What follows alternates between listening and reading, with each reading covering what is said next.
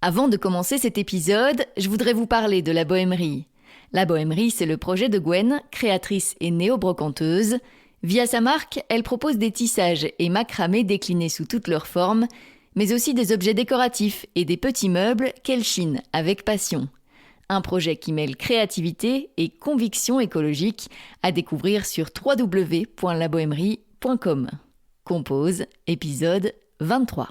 En fait, j'ai vraiment construit ma carrière, elle s'est faite d'échecs, de petites réussites, des gros échecs, de parfois une grosse réussite, mais elle était vraiment ma carrière en dents de scie depuis 10 ans, comme ça, et donc le fait de vivre ces échecs, chaque fois ça te ramène les pieds sur terre, tu comprends que, tout n'est pas donné, tout n'est pas gagné d'avance, qu'il va falloir garder de l'humilité, continuer à travailler dur si on veut pouvoir rester là, donc je vois ça comme une chance, tous mes échecs c'est une chance qui m'a permis de garder un peu plus les pieds sur terre, et voilà. Mon invité cette semaine, c'est Raphaël Esterhazy, chanteur, compositeur et producteur de musique que vous connaissez sans doute sous le nom de Konoba. Ensemble, on a parlé de ses débuts dans la musique, de ses études en Angleterre, de son premier EP sorti il y a 10 ans, de sa reconnaissance à l'étranger, de la santé mentale des artistes, des échecs qui lui ont permis de garder les pieds sur terre, de son choix d'être indépendant dans la musique, de la façon dont il a vécu le confinement et l'arrêt des concerts, des réseaux sociaux, de son dernier album. Je vous souhaite une très belle écoute. Merci Raphaël d'être avec moi aujourd'hui sur Compose. Merci à toi, c'est chouette. Alors donc tu es chanteur, auteur, compositeur, interprète, producteur de musique. J'aimerais d'abord qu'on commence un peu par tes débuts. Comment est né ton intérêt pour la musique ? Mon intérêt pour la musique, il est né de plusieurs endroits. Le premier, je pense que c'est que j'ai été fort bercé dans la musique quand j'étais petit. Mes parents écoutaient énormément de musique, que ce soit de la musique classique ou de la musique des années 50, 60, 70 et tout ça. Donc je sens que, je me souviens en tout cas d'avoir été bercé dans cette musique. Et puis mes parents, surtout ma maman, m'a poussé à prendre des cours de piano quand j'avais 7 ou 8 ans. Donc très vite, je me suis retrouvé à apprendre le piano, à lire des partitions, à intégrer la musique comme une des activités que je faisais quotidiennement, quoi. Et puis de là, ça a évolué de manière très naturelle, quoi. C'est que petit à petit, j'ai commencé à m'intéresser de plus en plus. Quand j'ai été ado, j'ai commencé à écouter plutôt du rock. Et donc du coup, j'ai laissé le piano de côté. J'ai pris la guitare électrique avec un ampli et de la disto pour pouvoir m'amuser, faire comme les stars du rock que j'écoutais.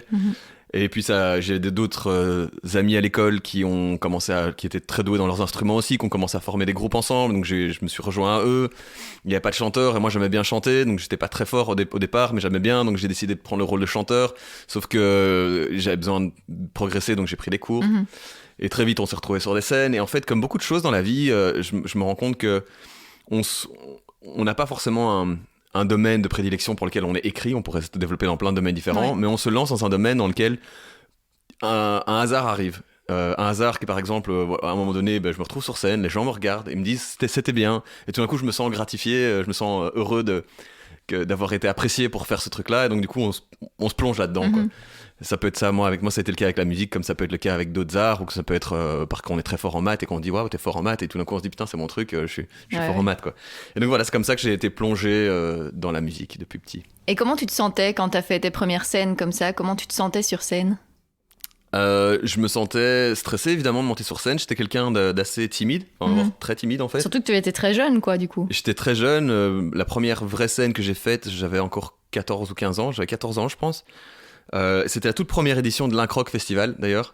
Et donc j'étais le deuxième groupe qui montait sur scène, et c'était notre premier concert avec mon groupe et tout ça. Et donc mais par contre j'ai senti une émotion forte, quoi.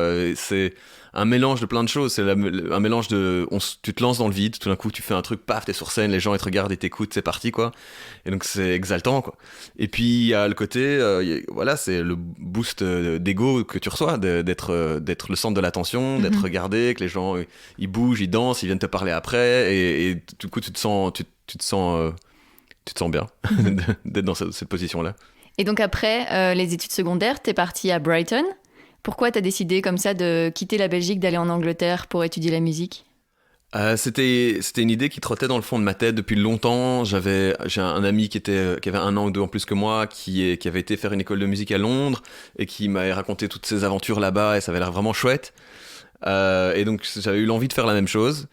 Sauf que j'ai dû prendre une décision en sortant de Réto, et que je rêvais de faire l'architecture depuis des années, et donc je me suis lancé dans l'architecture plutôt. Et c'est juste qu'à la fin de ma première en archi, que j'avais vraiment adoré l'architecture, même si c'était super intense et c'était difficile. À la fin de ma première année, vu que moi je parlais de cette idée de partir en Angleterre et faire des cours de musique depuis longtemps et que j'avais l'air assez passionné par l'idée, c'est mes parents en fait qui ont remis le truc sur la table, qui ont été cool en disant t'es sûr que tu veux pas juste pour l'expérience partir un an, le faire quand même, et tu peux toujours reprendre les études dans un an, c'est pas un souci. Et c'est là où je me suis dit tiens c'est vrai, si je le fais pas cette expérience maintenant, je risque de regretter, j'ai rien à perdre, alors fonce. Je suis parti à Londres un an pour étudier la musique, surtout le chant, parce qu'un cours de chant, mais dans mes cours, j'avais aussi des cours de composition et des cours de production musicale, donc vraiment des bases de comment on utilise un programme informatique pour créer de la musique. Maintenant, ça devient courant, il y a plein de tutoriels sur YouTube.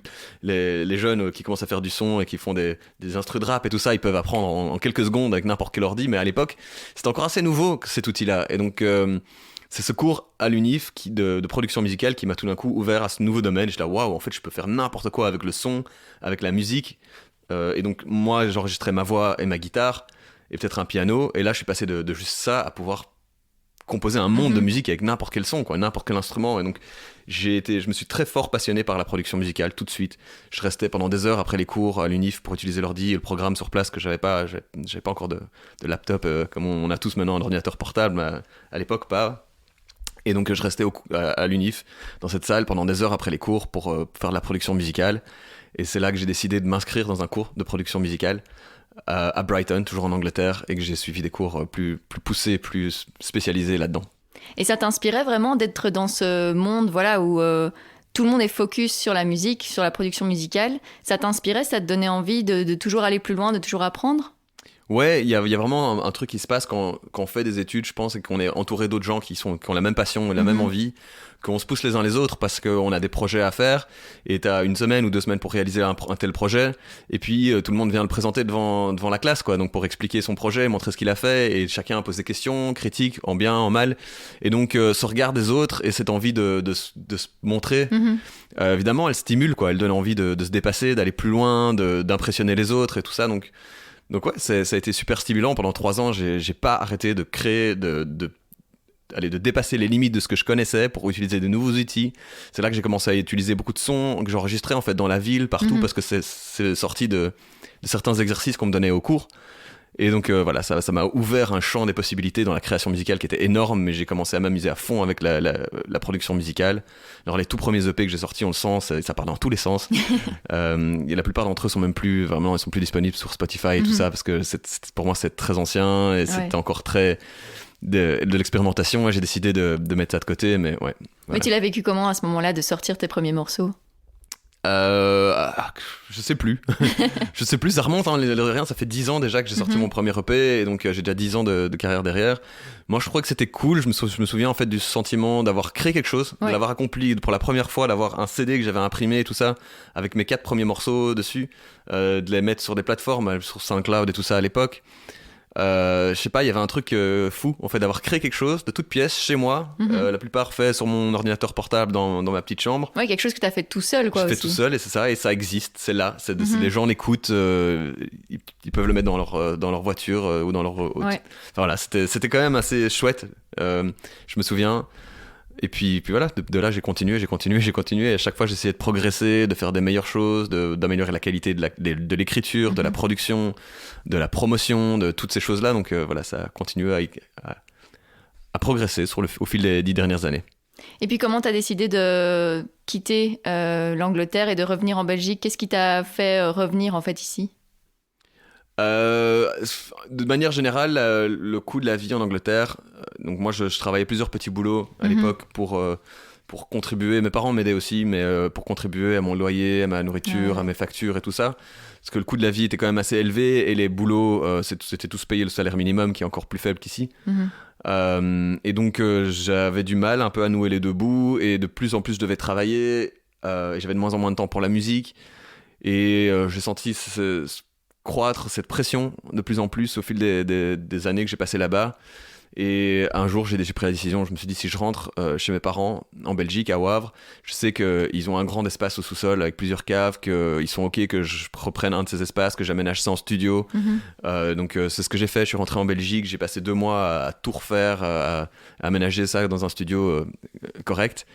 Et en fait, ça m'a donné 100% de mon temps libre pour faire de la musique. Et c'est comme ça que j'ai vraiment lancé officiellement ma carrière musicale. C'est quand je suis rentré en Belgique que j'ai eu ce temps, cet espace, que j'ai composé mon premier album, que j'ai commencé à faire mes premiers concerts en Belgique, voilà. Et donc à ce moment-là, tu étais déjà en train de te dire que la musique allait devenir ton métier ? Oui, pour moi, j'étais déjà dedans. J'avais déjà sorti 3 EP en 3 ans en Angleterre. Je jouais dans tous les bars, les cafés, tout ça. J'essayais de pousser, je faisais des vidéos sur YouTube déjà. Et donc oui, moi j'étais dans un esprit de c'est mon métier. J'ai fait mes études de production musicale en me disant en fait je vais peut-être pas faire d'artiste pur, de créateur mon métier, je vais peut-être être producteur pour d'autres artistes, je vais peut-être participer à l'industrie musicale mais via d'autres métiers. Et en fait c'est très vite apparu comme une évidence que non, finalement être au centre c'est ce qui me plaisait, être au centre de la création, avoir mon propre projet. Donc voilà, je me suis pas posé de questions, je suis parti à fond, j'ai fait de la musique et j'en ai fait ma carrière et voilà quoi. Et puis en Belgique, on a pas mal parlé de toi pour tes mash-ups d'artistes belges. Est-ce que tu avais cette idée de te dire je vais faire un petit buzz entre guillemets pour qu'on me repère ici et démarrer en Belgique ? Ou c'était vraiment t'as suivi ton instinct et tu t'es dit qu'il fallait le faire ? C'était quoi l'objectif derrière ? Ouais, il y avait un peu de ça, c'est que évidemment j'ai essayé de réfléchir stratégiquement. Je me dis moi j'ai déjà sorti 3 EP, j'ai déjà joué peut-être une centaine de concerts, voire plus en fait donc je me sens à l'aise sur scène, j'ai déjà de la musique sur internet. J'ai déjà fait des vidéos sur YouTube et tout ça, donc j'ai déjà une carrière, sauf que je rentre en Belgique, personne ne me connaît parce que ça fait 5 ans que je suis en Angleterre quasi. Et donc je me suis posé la question, je me suis dit tiens, qu'est-ce qu'il y a dans mes compétences à moi, dans le style de vidéo que je fais sur YouTube, dans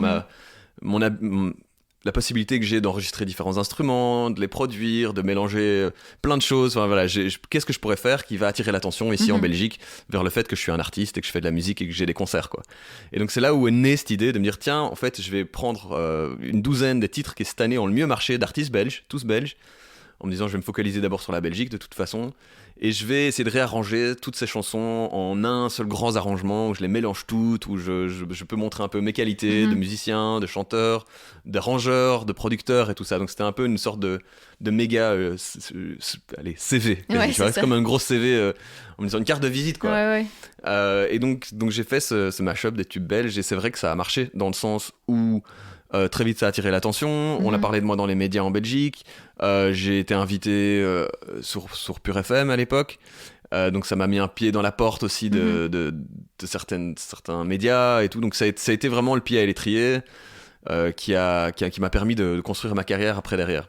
Donc ça a été utile dans ce sens-là. Par contre, j'ai eu beaucoup de mal à me détacher de cette image d'artiste. Ouais, cover, entre guillemets. Cover, mash-up, fun, tu vois, qui fait quelque chose de créatif sur Internet, qui crée le buzz et tout ça, mais qui n'est pas pris au sérieux par l'industrie musicale. Donc très vite, les gens du milieu musical me prenaient pas au sérieux, parce que j'étais juste un quête qui s'amusait avec des trucs fun pour faire le buzz sur Internet, quoi. Voilà, apparemment ça dérangeait personne pour Stromae, mais pour moi c'est non mais voilà, il y a vraiment eu du mal à me détacher de cette image là et à ce qu'on accepte que j'étais un artiste à part entière, mais j'ai continué à travailler ma musique, à travailler mes concerts, et au fil des années je pense que de plus en plus les gens ont commencé à accepter que c'était une toute petite facette de ce que je proposais, les covers, les mash-up, et que le plus important c'était mon art, ma musique, quoi. Mais t'en as fait d'autres aussi, des mash-up après celui-là, donc t'avais pas encore cette crainte qu'on continue de t'associer à ça, ou t'avais quand même envie de le faire en fait? J'en ai fait que 2 au total, hein. Donc je pensais qu'il y en avait 3, pardon. Non, je l'ai refait l'année d'après, parce que j'étais encore dans cette mouvance positive par rapport à ça, où ça m'a ouvert plein de portes, où plein de gens demandaient et disaient tiens, tu vas le refaire cette année, ce serait cool. Il y avait plein de chouettes chansons belges qui sont sorties cette année, donc je me suis motivé à le refaire une deuxième fois, et puis après voilà, je suis passé à d'autres choses. Et voilà, comment ça a suivi? T'avais envie de proposer quoi? Il y a encore un EP, je crois, qui est sorti après. Tu voulais d'abord proposer un EP et puis un album entre guillemets fini, ou quelle stratégie t'avais en tête en fait à ce moment-là? Je m'étais dit je vais faire un album. Clairement, j'avais déjà sorti 3 EP avant, j'avais déjà pas mal de morceaux en travail, donc je me suis dit là, voilà, la prochaine étape c'est faire un album. Mais ce processus, il est assez long si on veut faire les choses bien. Donc le temps de tout composer, d'enregistrer, d'aller en studio pour mixer, réenregistrer les choses. Je voulais vraiment faire les choses bien, c'était mon premier album, donc je me suis retrouvé à un stade où j'avais envie que ça avance, j'avais envie de sortir des titres et j'avais envie de commencer à jouer des concerts, mais j'étais pas prêt à sortir mon album encore. Et donc j'ai pris la décision de prendre les 5 titres qui étaient déjà finis de l'album, qui étaient déjà vraiment finis, bouclés et tout ça, donc j'étais content. Et de sortir sur un EP, ça s'appelait l'EP Konoba en fait. Et ces 5 mêmes morceaux en fait se sont retrouvés sur l'album qui avait 12-13 titres Smoke and Mirrors après. Donc l'EP était un peu une sorte d'introduction, de mise en bouche, et ça avant l'album.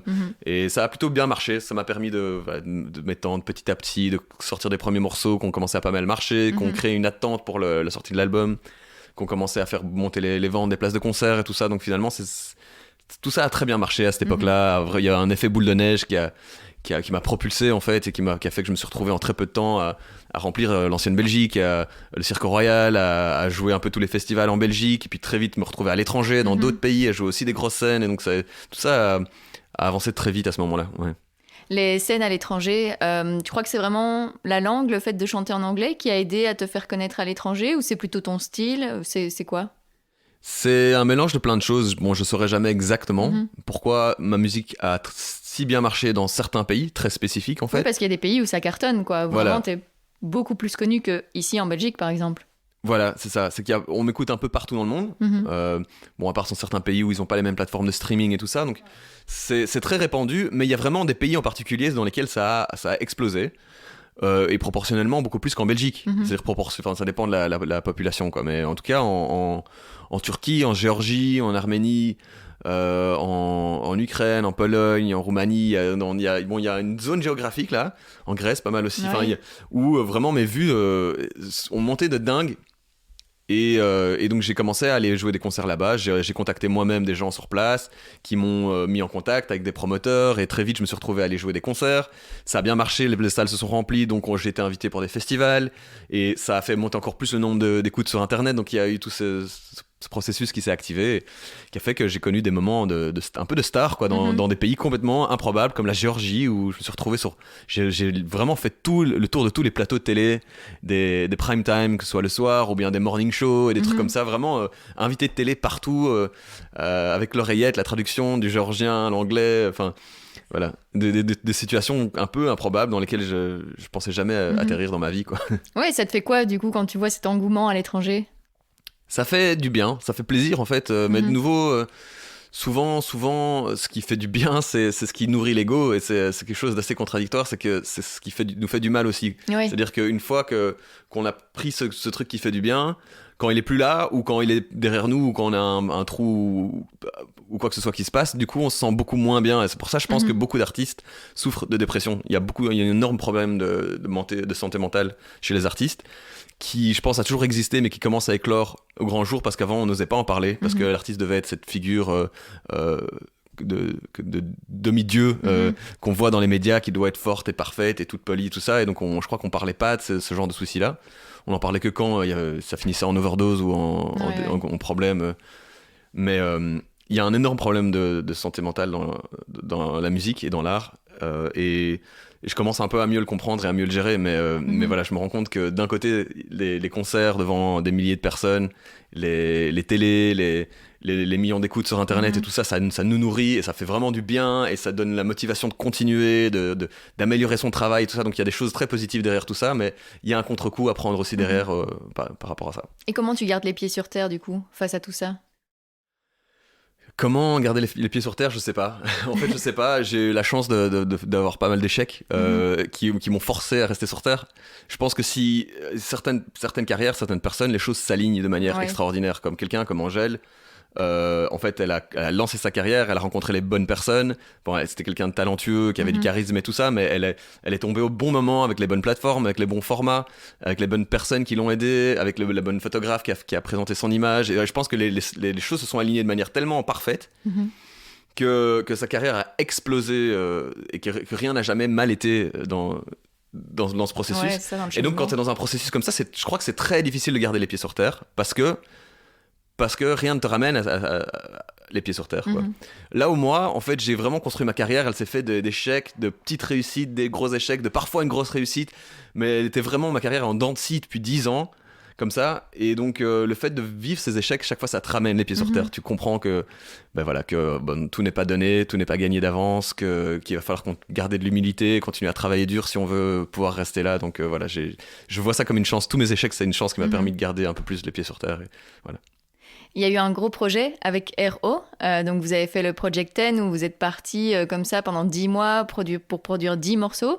Comment s'est née cette collaboration avec lui? Pourquoi cette envie déjà de travailler ensemble et puis de faire ce gros voyage, ce gros projet? Moi, je suis quelqu'un qui est jamais fort resté en place et je suis toujours sorti de ma case pour essayer des nouveaux projets créatifs. Donc les mashups, c'était un truc un peu fou, créatif aussi. On avait fait avec Hero Sounds of Brussels où en fait on avait enregistré plein de sons dans Bruxelles. On a fait un réarrangement d'un titre et une vidéo avec ça. Enfin bref, ce sont deux exemples parmi tellement d'exemples d'idées créatives que j'ai eues au fil de ma carrière. Et beaucoup de projets finalement n'ont pas vu le jour, mais d'autres bien. Et le projet 10, 10 mois, 10 pays, 10 chansons, ça c'était le projet le plus fou finalement. Et c'est dingue qu'il ait vu le jour, ce projet, parce qu'il était complètement insensé en fait. Mais il est né de plein de choses. C'était la période où on avait collaboré avec Hero, on avait sorti On Is, et c'est le titre qui cartonnait et qui nous a vraiment propulsés sur la scène internationale. Donc il y avait le fait que lui et moi, on avait déjà au fil des années précédentes bossé sur d'autres titres et d'autres idées, et donc on avait quand même pas mal de trucs en stock qu'on avait envie de terminer et travailler, donc on avait envie de continuer la collaboration et de sortir plus de morceaux ensemble. Et on avait pensé peut-être faire un album ensemble, pourquoi pas. Donc vu que ça marche, vu qu'on aime bien travailler ensemble, qu'il y a une complémentarité dans notre art, qu'on s'entend bien, que ce qu'on fait en plus marche, on se dit why not, on va continuer sur cette lancée, on va faire un album ensemble. Donc il y avait ça, combiné au fait que notre musique est écoutée dans plein de pays à l'étranger et qu'on avait envie d'aller voir ce public, on avait envie de jouer des concerts là-bas, on avait envie de voyager dans ces pays, on avait envie de découvrir la culture, les villes et tout ça. Donc on avait envie de ces deux choses-là. Et 3, dans nos vies personnelles, à ce moment-là, on avait tous les deux connu des moments difficiles.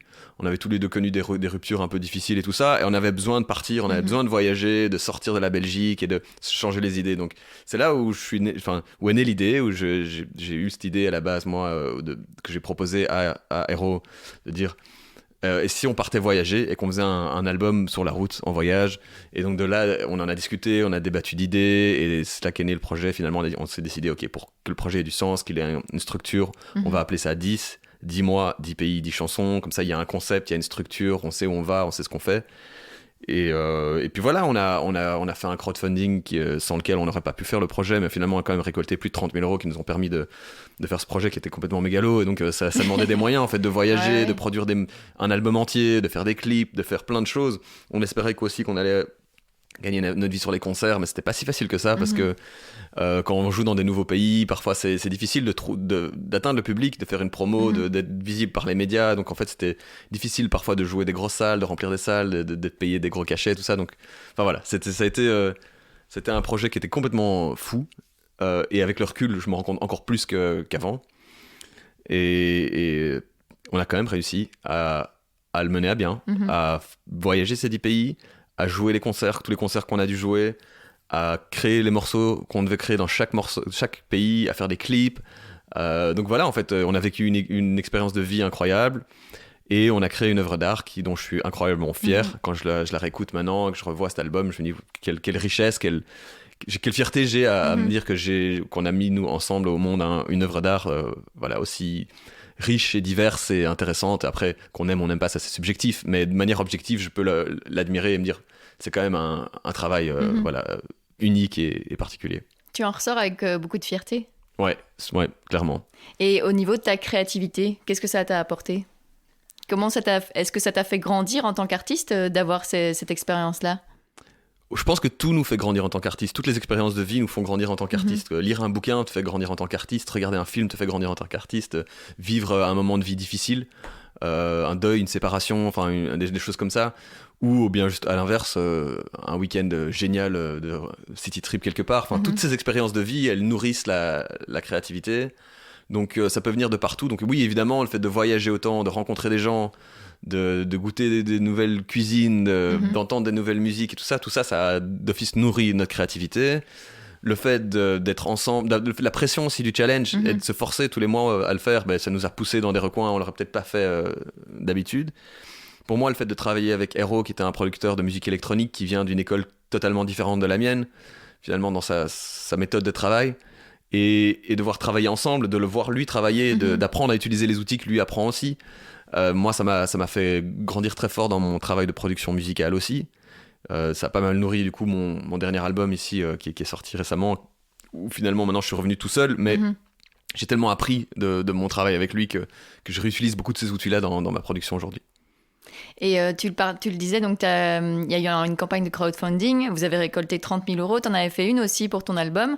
Ça te fait quoi à chaque fois d'avoir comme ça le soutien des gens et pas seulement le soutien comme ça, mais financier, quoi. Les gens ont un intérêt pour ton projet et veulent le soutenir financièrement, ça fait quoi de voir ça ?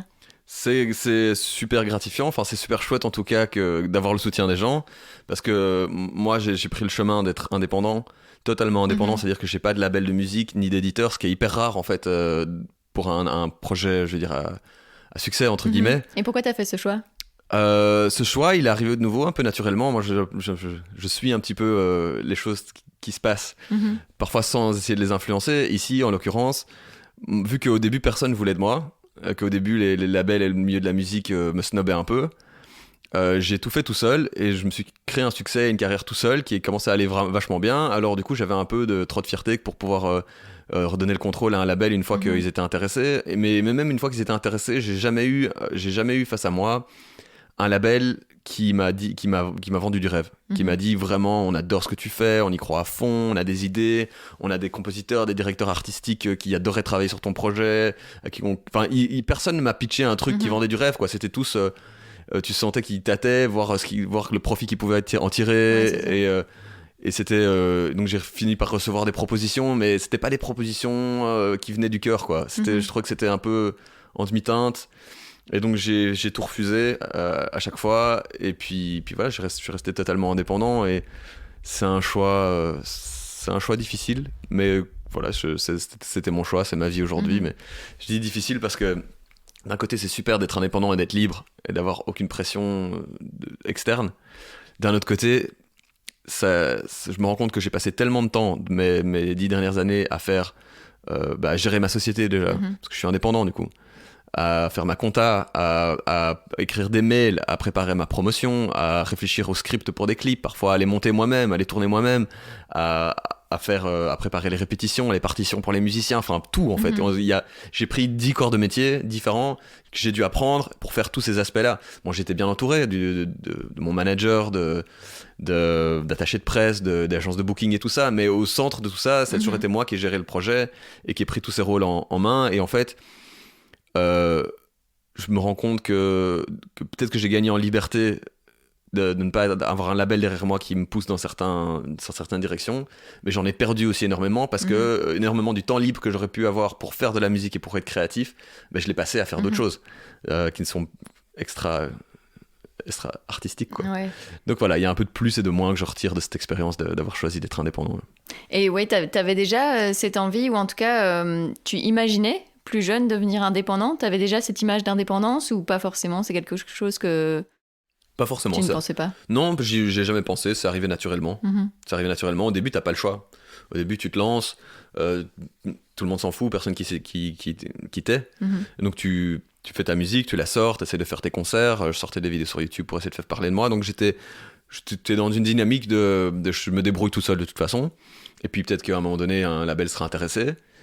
Et puis quand ça arrive pas, tu continues à progresser. Et puis naturellement, je suis arrivé à un stade où le choix était là, quoi. Enfin, le choix, j'avais déjà développé toute mon activité d'indépendant, en fait, sans l'être vraiment. J'avais déjà tout appris, j'avais déjà tout fait moi-même, j'avais tout construit tout seul, donc je sentais pas le besoin ni l'envie de donner les rênes à une société externe.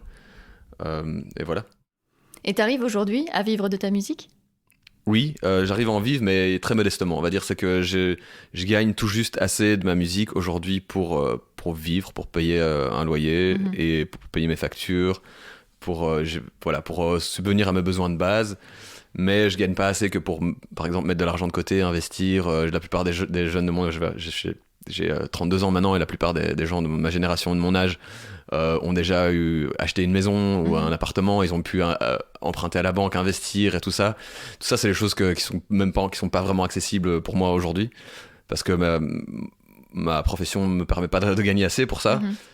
et aussi parce que je suis constamment en train de réinvestir tout ce que je gagne dans mon métier, dans mon art, dans du matériel, dans des clips, dans de la promotion, dans des corps de métier. Mais je suis heureux comme ça. Enfin, je veux dire, je suis heureux, j'ai pas besoin de plus et je suis heureux de pouvoir déjà en vivre. J'ai déjà beaucoup de chance de m'en sortir comme ça en faisant quelque chose qui me passionne, en ayant la chance de vivre des aventures de vie que peu de gens ont la chance de vivre, de voyager comme ça, de rencontrer tant de personnes, de jouer des concerts devant des publics dingues. Enfin voilà, c'est plein d'expériences de vie, de voyage, de choses qui sont qu'on peut pas vraiment quantifier en termes d'argent. Et donc voilà, avoir la chance de vivre de mon art et en plus de vivre toutes ces expériences, bah super. Il y a eu une période difficile, enfin pour les artistes, mais pour tout le monde de manière générale, c'était le confinement. Comment tu l'as vécu, toi, du coup? Tout est à l'arrêt au niveau événementiel, culture, tout stop. Et tu ne peux plus te produire sur scène. Comment tu l'as vécu, toi? Et comment tu l'as vécu au niveau de ta créativité? Alors, je l'ai vécu de plein de manières différentes. D'abord, j'étais hyper déçu parce qu'il y avait encore plein de concerts, de tournées qui arrivaient, qu'on avait programmés depuis longtemps. Et de nouveau, voilà, en tant qu'indépendant, c'était des centaines d'emails, d'échanges de coups de fil, de trucs pour ficeler des tournées, pour que tout rentre dans l'ordre, pour trouver les bons budgets, les bonnes équipes, tout ça. Enfin, donc voilà, c'était un travail de très longue haleine qui tombait à l'eau. Financièrement, c'était très difficile parce que finalement, ce projet 10 avec Hero, il marchait un peu en 3 phases. C'est-à-dire qu'il y avait une première phase, c'était la création, le voyage, qui était une phase qui coûtait très cher, parce que c'était que dans la dépense finalement. Il y a très peu de rentrée d'argent, à part quelques concerts ici et là, et les droits d'auteur qui tombent et tout ça, mais la plupart, c'est un gros investissement qu'on fait dans un projet. Et puis la deuxième phase, c'était la première moitié de la tournée, c'est là où on a réussi à rembourser tout cet investissement. Et la troisième, c'était ok, là on a à nouveau une année de tournée, et là on va pouvoir commencer à faire des bénéfices, mettre de l'argent de côté pour pouvoir réinvestir dans le futur et tout. Et là on s'est retrouvé avec cette troisième phase coupée. Donc un peu frustré d'arriver à zéro, on va dire, et de revenir un peu à zéro. Frustré d'avoir tous les concerts annulés. Mais au-delà de cette frustration, il y a eu un relâchement intense, quoi. Il y a eu une sorte, ça m'a fait tellement de bien parce que je me suis rendu compte que ça faisait bien 4 ans que j'avais pas arrêté. J'avais pas arrêté de tourner, de sortir des morceaux, sortir des clips, faire des promos. J'étais non-stop. Donc il y avait toujours une échéance, il y avait toujours un truc qui arrivait. Et là, pour la première fois depuis 4 ans, ou plus même, il y avait plus rien.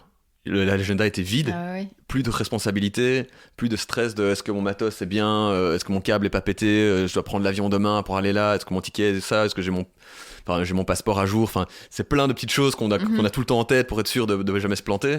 Et là, tout d'un coup, plus rien. Silence total. Je suis en Ardennes, dans une maison là-bas, avec ma copine à l'époque, qui est maintenant ma femme. Et on est juste à deux. Et pendant 2 mois, j'étais libre. Et justement, ça m'a ouvert la créativité. Et j'ai commencé à composer plein de nouveaux trucs. Et donc, en fait, les bases de ce nouvel album, elles sont nées très très vite au début de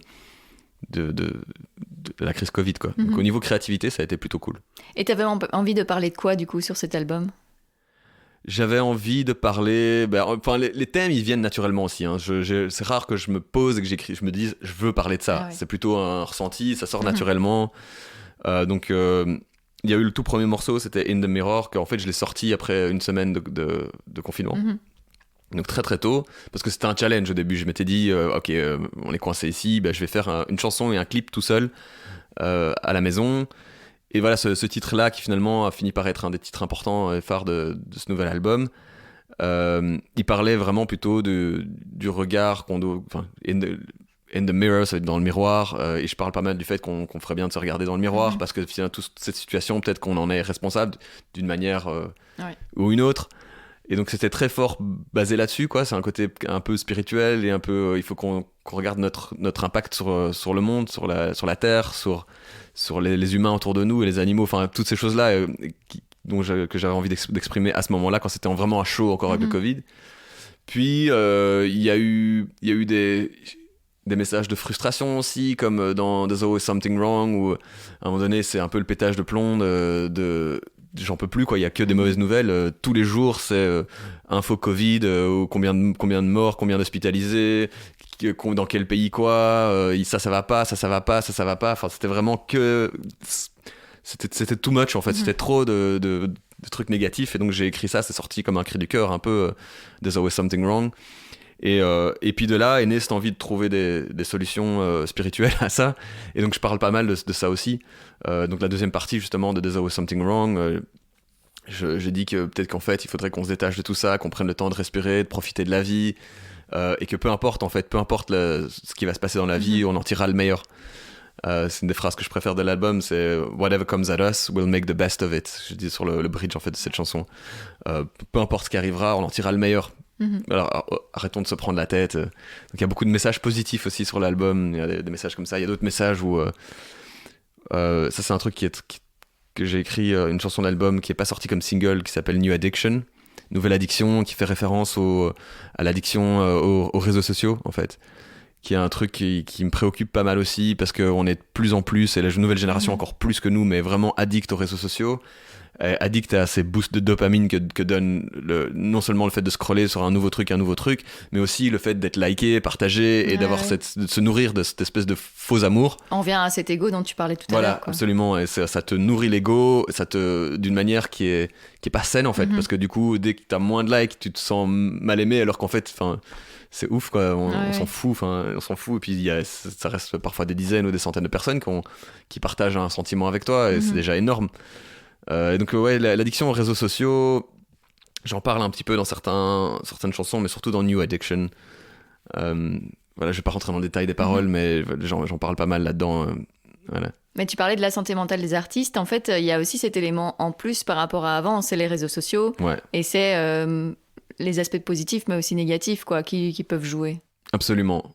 Absolument. C'est immédiat, en fait, aussi. T'as le jugement de tout le monde qui est immédiat, le jugement, c'est pas seulement quelqu'un qui critique directement ce que tu fais, mais ça peut être justement le manque d'interaction avec ce que tu proposes, qui peut passer comme une critique en fait, le fait que ça intéresse personne, que les gens partagent pas ta chanson, que les radios en veulent pas, enfin les réseaux sociaux, je sais pas, c'est quelque chose qui me fait peur en fait, dont j'ai envie de m'éloigner le plus possible, et j'ai ce sentiment que je peux pas m'en éloigner, parce que si je m'en éloigne, je me tire une balle dans le pied en fait, parce que j'en ai besoin pour partager avec mon public, pour montrer que je suis là, pour leur annoncer qu'il y a un concert, pour leur annoncer qu'il y a un nouveau truc qui sort, pour rester visible. On a l'impression d'avoir besoin de ces réseaux sociaux, et d'un autre côté je ressens le besoin de m'en détacher le plus possible, et donc parfois je sais pas trop quoi faire par rapport à ça.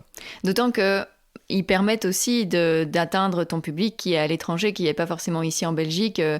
C'est aussi un moyen facile d'aller partout, les réseaux sociaux. Oui, c'est vrai que ayant un public très international, ça me permet aussi de toucher tout ce public directement. Donc ouais, c'est un magnifique outil aussi, mais voilà, il y a un côté vraiment problématique aux réseaux sociaux. Et en étant en m'affichant moi sur les réseaux sociaux, en montrant mes succès ou des belles photos de moi avec d'un shooting photo où la lumière était contrôlée, qui ont été un peu retouchées ou des choses comme ça, finalement je contribue au problème, parce que je sais qu'il y a plein de gens vont voir ces photos, certains vont se dire ah c'est joli, chouette, mais il y a plein d'autres qui vont être jaloux, par exemple, il est parti jouer un concert à l'autre bout du monde, moi je suis là chez moi en train de bosser derrière mon bureau. Et penser peut-être que c'est facile, alors qu'en fait il y a toutes les galères derrière aussi, quoi. Bien sûr, voilà, et c'est ce qu'on voit tout le monde montre juste le côté positif de sa vie, et montre ce qui est beau, ce qui est retouché, ce qui est plutôt que de voir vraiment toutes les galères qu'il y a derrière. Et donc on a tous tendance à aller sur les réseaux sociaux et se sentir diminué, ou se sentir qu'on est moins bon que les autres, on est moins beau, on est moins talentueux, on a moins de succès, ou on a moins la chance de partir dans des belles destinations en voyage qu'eux. On a toujours l'impression finalement de pas avoir assez, de pas être assez. Et je pense que ça pèse vraiment fort sur la santé mentale de tout le monde sur les réseaux sociaux, et encore plus vraiment des jeunes qui grandissent avec ça maintenant, qui ont pas connu la vie sans quasi, quoi. Donc ça me fait un peu peur, et je sais pas trop quoi faire moi par rapport à mon positionnement sur les réseaux sociaux. T'as l'impression d'avoir produit un album qui te ressemble, vraiment qui ressemble au Raphaël d'aujourd'hui ? Je sais pas, c'est trop philosophique comme question. Je sais pas si ça me ressemble. Bah oui, je pense que quoi qu'il arrive, les choses sont comme elles sont pour une raison. Donc si j'ai fait cet album, c'est que c'était l'album que je devais faire à ce moment-là.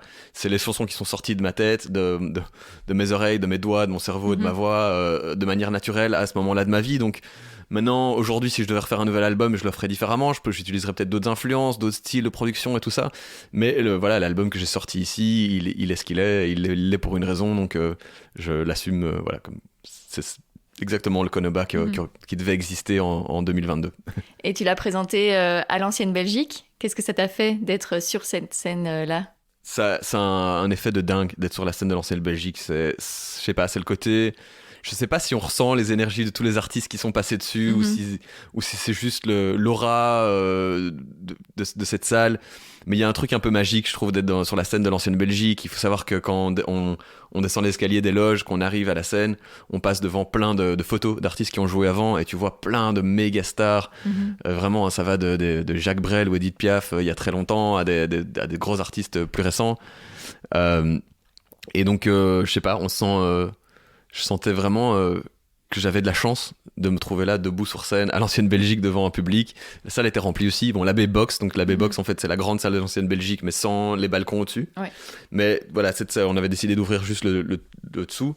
Et ça, c'était complet. Donc ça, c'était cool, quoi. C'est une salle remplie de gens qui sont venus spécialement pour te voir.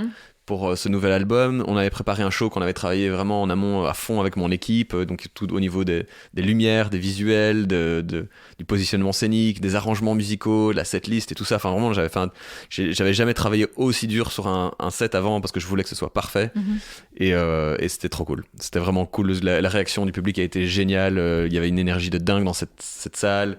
Les réactions étaient parfaites. Et j'étais trop heureux d'être sur scène.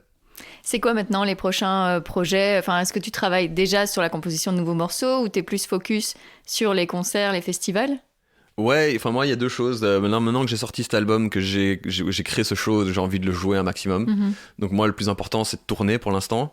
Malheureusement c'est difficile de tourner beaucoup parce qu'on est dans une situation post-Covid vraiment pas évidente où le marché est saturé, totalement saturé. Déjà le marché de la musique on va dire est très compliqué de base parce qu'on est beaucoup d'artistes à essayer de choper des petites places en festival ou quoi et en radio et dans les playlists et tout ça. Et là il faut se dire que en fait pendant 2 ans tous les artistes du monde du plus petit indépendant ou à la plus grosse star américaine ont pris le temps de faire des nouveaux albums et tous ces albums ils sortent en cascade maintenant et derrière chaque album il y a une tournée qui sort aussi et donc en fait il y a une offre musicale qui est beaucoup trop importante pour la demande.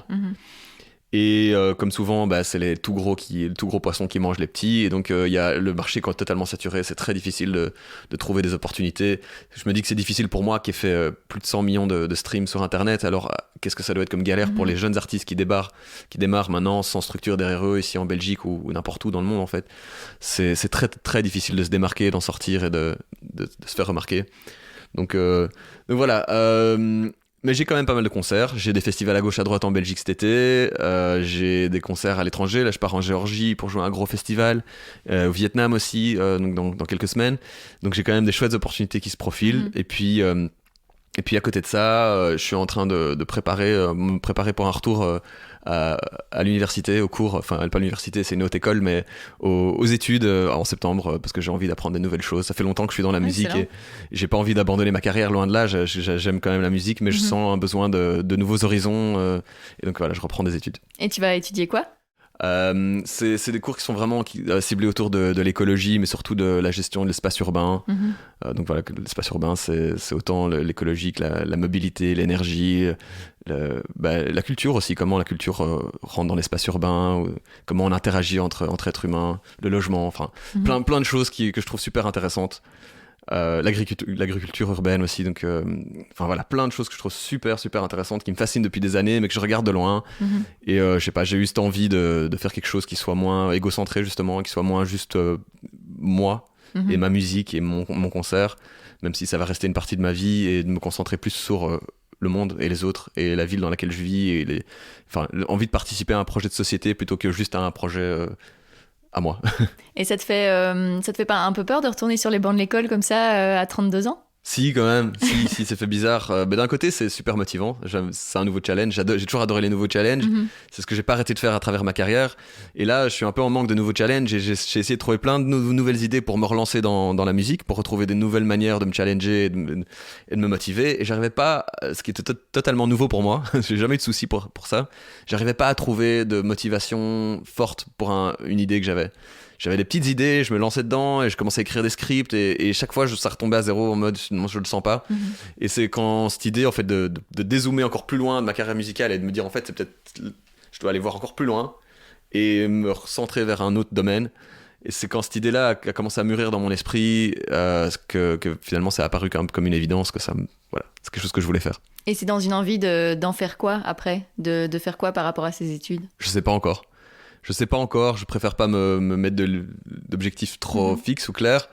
Je sais juste que j'ai besoin d'être stimulé de nouvelles manières, que j'ai besoin d'être un peu moins acteur tout le temps, qui produit, qui joue, qui influence le monde autour de moi, mais plus observateur. J'ai envie de revenir à un stade plus où pendant 3 ans, ça me permet d'être sur les bancs, d'apprendre, d'écouter, de regarder, de lire, d'emmagasiner des nouvelles informations, d'en apprendre plus sur le monde dans lequel je vis, d'apprendre à me situer moi dans ce monde aussi qui est en permanente évolution, et puis me trouver un chemin à travers tout ça éventuellement. Je sais pas encore où, on verra. Et t'arrives à voir comment tu vas combiner ton métier dans la musique à ces études-là, enfin, au niveau simplement gestion du temps?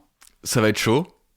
Ce que je sais, c'est que ça va être compliqué parce que déjà, si je commence en septembre ici, que ça va être des cours full-time et qu'en plus de ça, j'ai quand même pas mal de concerts qui arrivent, que j'ai quand même l'espoir qu'il y en ait encore plus en 2023 parce que je sais qu'il y a quand même mon album marche plutôt bien, il y a quand même beaucoup de morceaux qui sont passés en radio, et je sais qu'il y a une certaine demande, un certain intérêt des festivals, mais qui était déjà bouclé cette année, donc j'espère en tout cas que beaucoup de ces festivals, je pourrai les jouer l'année prochaine, en 2023, donc je sais que je vais quand même avoir un agenda musical assez chargé dans l'année à venir, et qu'en même temps de ça, j'aurai des cours à plein temps, et que ça risque d'être chaud.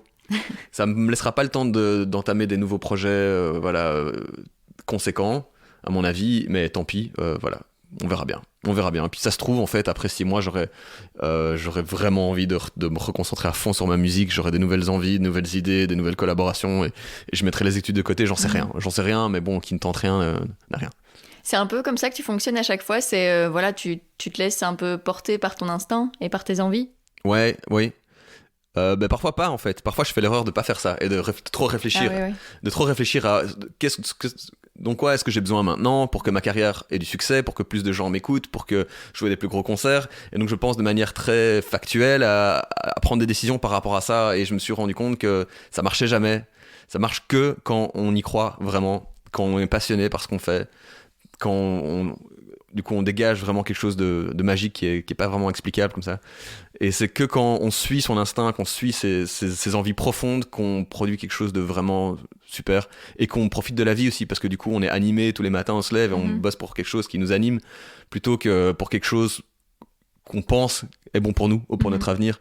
Donc voilà, c'est comme ça que je fonctionne, et que j'ai toujours fonctionné. Et donc là, c'est vraiment le ressenti que j'avais, qu'il y a un truc qui m'anime là, il y a un truc qui me motive, qui me passionne, et j'ai trop envie d'aller voir ce qui se passe là-bas, et puis on verra bien, quoi. Pour ceux qui ont envie de te voir cet été, tu seras où? Tu peux donner déjà quelques dates? En tout cas en Belgique. Oui, je les ai pas en tête comme ça. Ils peuvent les trouver où? Ils peuvent les trouver de toute façon sur mes réseaux. J'ai pas encore tout annoncé pour cet été, mais là je vais annoncer bientôt un peu toutes les dates. Il y en aura un peu aux 4 coins de la Belgique. Il y a pas des gros festivals genre les Franco ou Ronquière ou quoi. Donc j'espère que ce sera pour l'année prochaine, ça. Mais il y en a plein de plus petits, plus régionaux, mais qui sont super chouettes aussi. Je sais que je joue à Fleurus, à Godin, dans d'autres endroits, aux 4 coins de la Wallonie, la Belgique, dans des chouettes festivals plus locaux où souvent on s'amuse beaucoup quand même. Et puis au moins ces festivals-là, j'aurai la chance de les jouer en tête d'affiche le soir. Et donc ça c'est cool aussi, ça permet de vraiment montrer tout le jeu de lumière qu'on a travaillé avec l'équipe. Ça permet quand même de...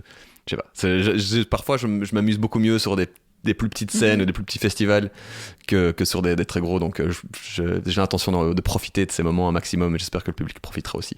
Génial. Je vais te poser la dernière question du podcast, c'est la question signature. Qu'est-ce que tu aimerais oser faire et que tu n'as pas encore fait? Un saut en parachute. Un saut en parachute, c'est vrai que ça fait longtemps que je me dis j'aimerais trop essayer l'expérience. Mais que je prends pas l'initiative de l'arranger parce que je sais qu'au fond de moi j'en ai quand même peur, quoi. Ouais. Et donc je sais pas, j'arrête pas de reporter le moment où je tenterai, et là c'est vrai que je commence je vais avoir 33 ans bientôt, je me dis que peut-être qu'il est temps que je me lance, que je m'organise ça, que je fasse un saut en parachute. C'est marrant parce qu'il y en a déjà plusieurs qui me l'ont dit. Ah ouais, voilà. Ça ressort souvent. Merci beaucoup. Avec grand plaisir, merci à toi. Merci Raphaël d'avoir accepté mon invitation. Je vous mets quelques liens pour découvrir son univers dans les notes de cet épisode. J'espère qu'il vous a plu, alors si c'est le cas, n'hésitez pas à laisser des étoiles sur Apple Podcast et Spotify et à vous abonner à Compose sur Instagram, Facebook et Twitter. Et enfin, si vous voulez soutenir financièrement ce projet, c'est possible via Patreon et Utip. On se retrouve dans 2 semaines pour un nouvel épisode.